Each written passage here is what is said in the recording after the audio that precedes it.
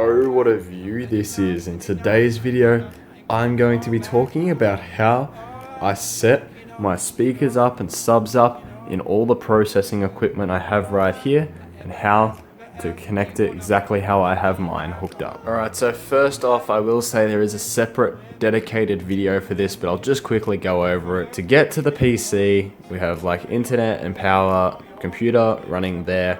HDMI out of the computer runs into the receiver. The receiver then takes the audio from the HDMI and does all its processing and sends that out to the speakers and amps down here. And then the video sound from the HDMI runs along a nice 5-meter HDMI cord that runs up the wall there. And I know I need to get some coping there to get rid of that and hide it, but that's how that hooks up. So now let's go into detail of what settings I'm running on my receiver. Okay, so here we are in my Jack's Best Tunes playlist. If you're not following this, go and follow it on Spotify. But I'm now going to be using this now to show you what I'm setting up as far as here, or what I'm running. If you want a separate video again, running exactly or showing exactly how I would set a system up for your system, or you want to set something up similar to this, let me know in the comment section below and I'll show you how to set up a new system. But with that being said, let's have a look at how I set my system up. So auto calibration, auto phase matching it's good, but I rather do everything manually because I can put my own little taste to it and make everything sound exactly how I want instead of exactly how the system wants it to sound. So first of all, a speaker connection, you just want to set it up exactly how your pattern is. So I have mine set up with the center, the left, the right, the sub, and then the rear 2 speakers, which is pretty self-explanatory. I have a 5.1 system in here. The surround back speaker terminals are not being used. I'd love to use them at the moment.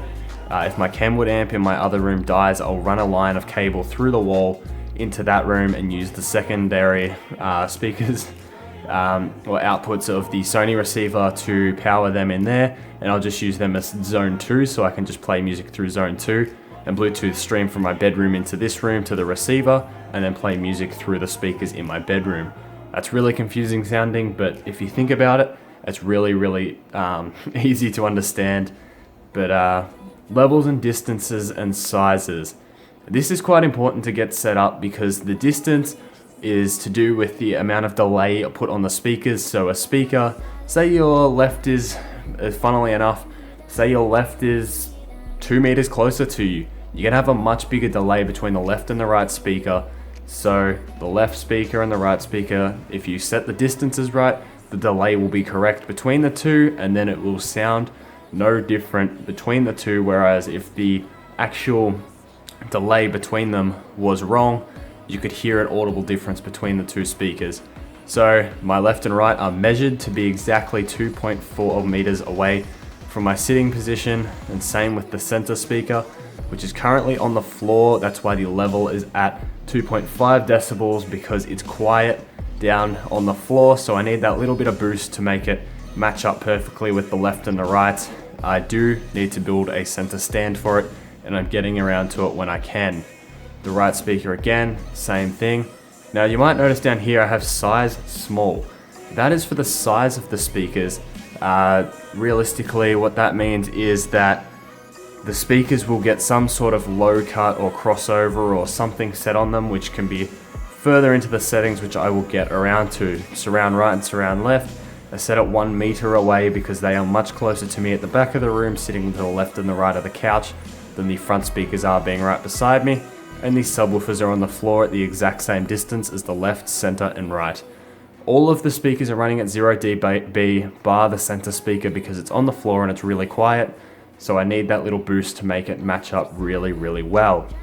As I said before, the crossover frequency here, I have set for my left and right at 80 Hertz, my center at 80 Hertz, and the surround backs at 100 Hertz. Main reason being that is the front, left, and right have quite powerful woofers and are imported enclosures. Same with the center, and they play reasonably low. Probably can play much lower than that. However, my surrounds are 3-inch speakers in a sealed cabinet and really shouldn't be playing below 100 Hertz. They can, but they won't do it very well, so there's no point wasting energy using those speakers at those lower frequencies. So that's pretty much how mine's set up. I have an 80 Hertz cut set on my left and right and center, and a 100 Hertz cut on the back. All the levels are set up correctly, so now let's dive in down to the subwoofer connection settings, or how I have that set up, which is analog instead of digital on an amplifier like this. Okay, so as far as the output of the subwoofer from this Sony receiver, I just run a low pass filter on it, so it only lets low frequencies go through the subwoofer out, which just saves the extra hassle, but I still EQ it all out on my EQ anyway of higher frequencies coming through. However, it's a great feature to have this hooked up in the receiver, because you can turn that off and run full range out to like a separate amplifier if you want to use them for different things. However, what happens with the subwoofer outputs, if you have seen my other video, you'll already know this, that goes from the two RCA subwoofer outputs then make their ways into a cable that is an RCA to 1/4 inch cable, which goes from the subwoofer outs into the input of this equalizer just here. Then equalizer just here is EQ'd to my likings, a massive boost on 20 to 25 Hertz, just because low frequencies are awesome. I have a dip in 40 Hertz because that comes excessively boomy in this room, and then again a big boost at 63 and 80 Hertz because these subs are tuned so low. In order to get them to be musical, I need that little boost in those frequencies, and then we roll off around 100 to 120 Hertz, just where my front, left and right speakers start to pick up. So as well, you can see here I have the output meter set to +5 decibels. So what that does is increases the signal, almost working as a preamplifier, increases the signal coming from this amplifier, going down, increase the signal, and then makes its way down into my Sir and Vega amplifier that I always run at 12 o'clock. You can see on all my Sir and Vega amps, I'm only using the bottom one by the way, you can see on all of these amps, all the volume knobs are at 12 o'clock, because that is exactly where I like to run it, just because it makes my OCD work wonders. Everything's perfectly symmetrical. I know that's a little bit annoying, but if I was to set that straight and adjust the other one, that would bother me. I have terrible OCD. But anyway, that's how my subs are set up and EQ'd as well. It's completely separate to the amplifier in this Behringer equalizer just here.